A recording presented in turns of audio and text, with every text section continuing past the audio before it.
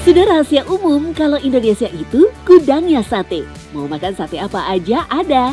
Jadi gak heran kelezatan sate asli Indonesia diakui sebagai salah satu dari 50 makanan terenak di dunia. Tapi tahu nggak apa yang identik dari sajian sate? Yang pasti bukan dagingnya ataupun bumbunya, melainkan tusuknya. Namun uniknya, tak semua penjual sate berpikir untuk membuat tusuk sate sendiri. Bahkan sekelas pemodal kecil seperti pedagang pikulan dan gerobak kaki lima pun membeli tusukan sate yang cocok untuk dagangannya. Lantas, dari mana sebenarnya ribuan tusuk sate itu berasal? Selengkapnya tentu dalam Secret Story, mengungkap rahasia di balik cerita. Inilah Kampung Tusuk Sate, Kampung Areska, Desa Gunung Malang, Tenjolaya, Kabupaten Bogor. Disebut Kampung Tusuk Sate bukan berarti wilayahnya berada di ujung jalan dan kental dengan hal mistis. Namun karena mayoritas warganya menekuni profesi unik, yaitu sebagai pembuat tusuk sate.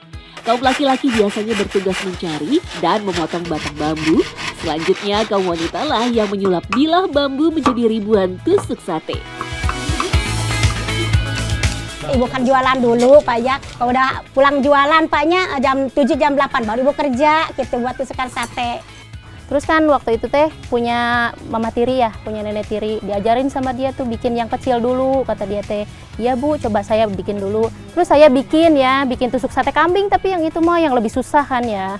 Terus pada ngikutan tuh yang di sini, tetangga-tetangga ngikutan. Meski baru tersohor sebagai kampung tusuk sate, rupanya aktivitas ini bukanlah hal baru bagi warga kampung Areska. Bahkan kegiatan membuat stik tusuk sate ini diakui sudah dilakukan warga kampung yang berada di lereng Gunung Salak ini sejak tahun 80-an. Kerajinan tusuk sate di daerah ini berawal dari ketidaksengajaan. Para pengrajin bambu saat itu hanya ingin memanfaatkan sisa potongan bambu dari aneka kerajinan yang dibuatnya agar tidak terbuang sia-sia. Namun tak disangka, hasil pembuatan tusuk sate dari bambu justru banyak diminati, bahkan banjir pesanan. Jadi gue gitu teh Pak, Bapak suka bikin tampah, bikin bongsang, bikin woboko nyapanya.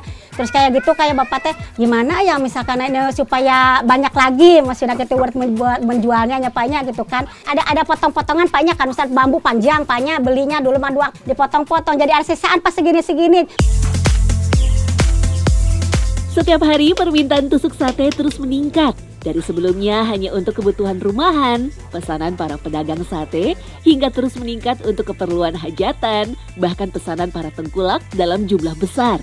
Melihat peluang dan keuntungan yang lumayan besar, warga yang sebelumnya hanya bekerja sebagai petani dan berkebun, memutuskan untuk bekerja sampingan sebagai pembuat tusuk sate.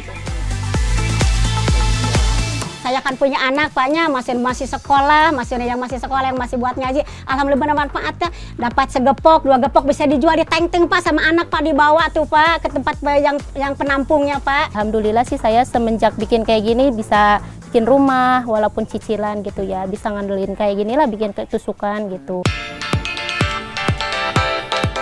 Satu ikat besar berisi 1000 tusuk sate dijual dengan harga Rp10.000. Harga ini biasanya akan naik seiring meningkatnya permintaan seperti momen menjelang Hari Raya Kurban. Dalam satu hari, warga Gunung Malang mampu menghasilkan 5.000 hingga 10.000 bilah tusuk sate yang biasanya sudah dipesan oleh para tengkulak yang akan memasarkannya ke seluruh wilayah Jabodetabek.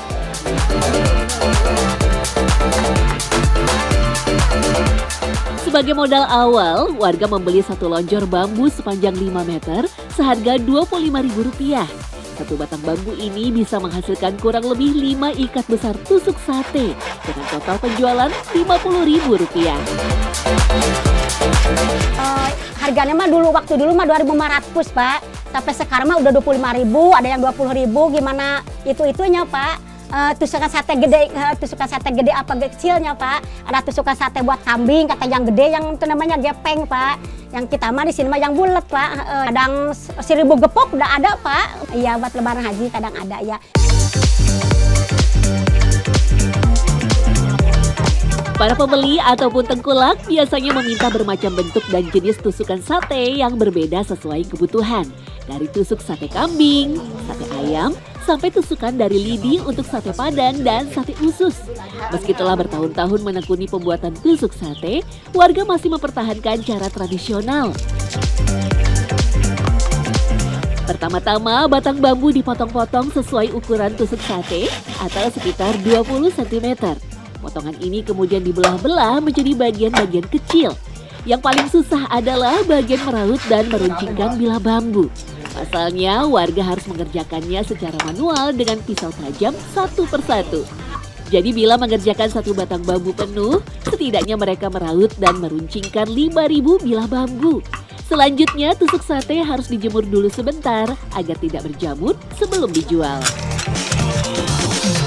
Kalau misalkan tusukan sate buat tusukan ayam ya Pak ya, tas sate yang biasa maksudnya itu kan tipis-tipis bulat kecil Pak ya, maksudnya kalau itu mah gepeng Pak buat tusukan sate itu mah kambing. Kalau bikin tusukan kambing kan bikinan yang belah-belahnya gitu kan jadi susah gitu. Kalau yang tusukan ayam itu lebih mudah bikinnya. Lalu, apa yang menjadi rahasia hasil tusuk sate karya warga Gunung Malang Bogor ini selama bertahun-tahun diakui memiliki kualitas terbaik? Kuncinya tak lain adalah pemilihan bahan baku yang berkualitas serta teknik pembuatannya. Selama puluhan tahun, Enung dan warga Gunung Malang hanya menggunakan jenis bambu andong atau bambu apus sebagai bahan utama pembuatan tusuk sate. Selain batangnya yang tebal, bambu andong juga memiliki tekstur yang keras namun mudah untuk dibentuk. Selain itu, bambu andong juga tidak berbau dan tidak mudah berjamur, sehingga sangat cocok untuk dibuat kerajinan alat makanan. Membelah dan meraut langsung bilah bambu dengan pisau atau golok ternyata membuat tusuk sate yang dihasilkan punya tekstur yang sedikit kasar. Berbeda dengan buatan mesin yang menghasilkan tusukan sate yang halus. Tusuk sate halus justru membuat daging sate mudah melorot atau terlepas dari tusukannya. Kalau misalnya bambu andong mah Pak dapat 4 iris, 5 iris, 6 iris Pak. Kan tebel bambu andong mah Pak. Ya kalau andong kan bagus ya dibikin tusukannya. Jadi mulus gitu, bersih gitu. Dari Bogor, kita bergeser ke pelanggan setia tusuk sate buatan warga Kampung Gunung Malang. Lokasinya di Kebun Melati RW 14, Tanah Abang, Jakarta Pusat. Tempat ini juga tersohor sebagai sentra pembuatan aneka sate dan lontong. Tak tanggung-tanggung, produksi sate ayam dan sate kambing di tempat ini bisa mencapai ribuan tusuk setiap harinya. Sate-sate dan lontong ini nantinya digunakan untuk menyuplai para pedagang sate kaki lima yang ada di sekitar Jakarta. Permintaan sate di kampung sate ini tergolong cukup tinggi. Bahkan seorang warga pembuat sate tak jarang mendapat pesanan sate hingga 20.000 tusuk dalam satu hari. Pesanan ini bisa menghabiskan 100 ekor ayam dan 1 ekor kambing muda. Kalau satenya lebih dari 1.000. Kalau saya yang bikin 10.000 lontong itu sehari. Kalau sate paling 15.000, 20.000. Meski sudah tersohor lama, namun warga di sini tak tahu pasti sejak tahun berapa kawasan yang berada di pusat Jakarta ini dikenal menjadi sentra pembuatan sate.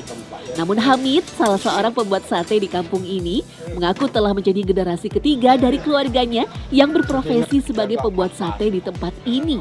Mayoritas warga yang tinggal di kampung sate ini berasal dari Madura yang juga sudah lama berjualan sate di ibu kota. Udah lama, udah dari zaman dulu. Khasnya itu orang Madura kan gitu. Semenjak masuk ke sini udah dagang sate sama lontong. Terlepas dari serba-serbi keuntungan manis yang bisa diraup dari penjualan tusuk sate, terselip sebuah kisah mistis terkait tusuk sate. Dalam sebuah mitos yang berkembang, tusuk sate yang terbuat dari bambu sudah lama dianggap mempunyai kekuatan besar. Kekuatan ini dipercaya dapat melebur segala bentuk energi magis. Karenanya, para pemakai susuk goib yang ditanam dalam tubuh sangat dilarang keras alias berpantang memakan sate jenis apapun. Ada beberapa jenis bambu yang memang bisa seketika kalau orang itu memakai susuk menempel ke bibirnya, bambu tersebut menempel ke bibirnya, maka susuknya akan lepas dari anggota tubuhnya. Contoh ya, bambu buntet, kemudian bambu wulung, kemudian ada bambu-bambu kuning tertentu. Kalau zaman dulu ini sangat umum sekali dijadikan tusuk sate. Mitos terkait rumah tusuk sate pun juga selalu menjadi momok menakutkan bagi sebagian orang saat akan membeli atau menempati sebuah hunian. Pasalnya berdasar kepercayaan yang berkembang, rumah tusuk sate adalah tempat berkumpulnya segala energi negatif. Energi ini akan mengundang kawanan makhluk astral sehingga tidak boleh menjadi tempat tinggal manusia. Namun mitos ini justru dibantah ahli spiritual. Rumah tusuk sate dianggap tidak baik sebenarnya karena lokasinya yang kurang strategis dan terbilang membahayakan. Kalau untuk dijelaskan secara logisnya ya, itu adalah sarang angin di mana pusaran angin di mana bisa membuat orang sakit. Namun jika unsur manusianya yang tinggal di situ adalah unsur angin, maka akan bersinergi dan makin hebat.